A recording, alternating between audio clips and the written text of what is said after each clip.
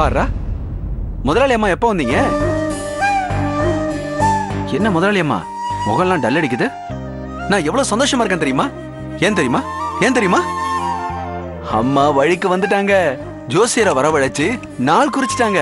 15 நாள் கழிச்சு நானும் எங்க அம்மாவும் உன் வீட்டுக்கு வந்து உன்ன பொண்ணு பார்க்க போறோம். அப்புறம் டும் டும் டும் டா. என்ன சந்தோஷம் தானே? என்ன கௌரி, நான் ரொம்ப சந்தோஷமா சொல்லிட்டு இருக்கேன், நீ ரொம்ப வருத்தமா இருக்க? நீங்க சொல்றது சந்தோஷமா இருக்கு, ஆனா மனசுல வந்த உறுத்தலால அதை என்னால இப்ப செலிப்ரேட் பண்ண முடியல. என்ன உறுத்தல்? தங்கதுரை நெத்தியில பட்ட குங்குமத்தோட தோற்றத்தையே மாத்திருக்கான். பாண்டிய மாமா அவன் நல்லவனா மாறிட்டான்னு நம்பி காலேஜ்ல அவனை ஒன் ஆஃப் த பார்ட்னரா மாத்த பாக்குறாங்க. சீக்கிரமே மாத்தணும்னு என்கிட்டயே டாக்குமெண்ட்ஸ் ரெடி பண்ண சொல்றாங்க.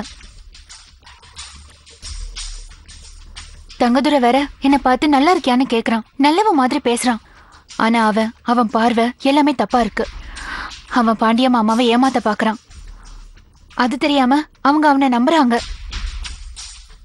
நடிச்சு கொஞ்சம் கொஞ்சமா பாண்டிய மாமாவோட சொத்தை அரைச்சி எடுத்துருவாங்களோ, அம்மாவை ஏமாத்திருவாங்களோன்னு எனக்கு ரொம்ப பயமா இருக்கு. பாண்டி மாத்தைய சாமி மாதிரின்னு நீ பல தடவை சொல்லியிருக்க. சாமியை யாராவது ஏமாத்த முடியுமா? பாண்டி மாத்த விவரம் இல்லாம எதையும் செய்ய மாட்டாங்க. Don't worry. தங்கதுரை அவங்களை ஏமாத்த பார்த்தா அவன் தான் ஏமாந்து போவான். ஆமாம் கௌரி, ரொம்ப ரொம்ப வருஷத்துக்கு முன்னாடியே சொல்லியிருக்காங்க, அரசன் அன்று கொள்வான், தெய்வம் நின்று கொள்ளும்னு. சாமியை நம்பின பின்னால சாத்தானை பார்த்து நம்ம பயப்படக்கூடாது.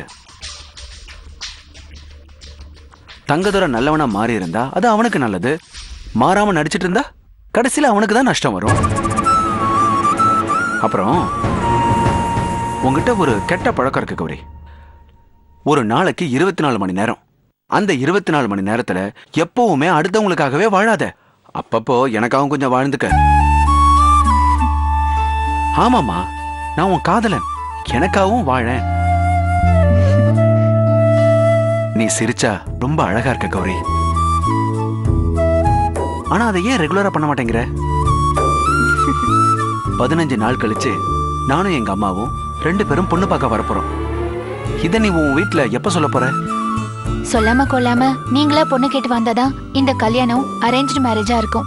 அப்படி இல்லனா நான் லவ் பண்றது அம்மாவுக்கு தெரிஞ்சிடும்னு நீங்க தானே சொன்னீங்க.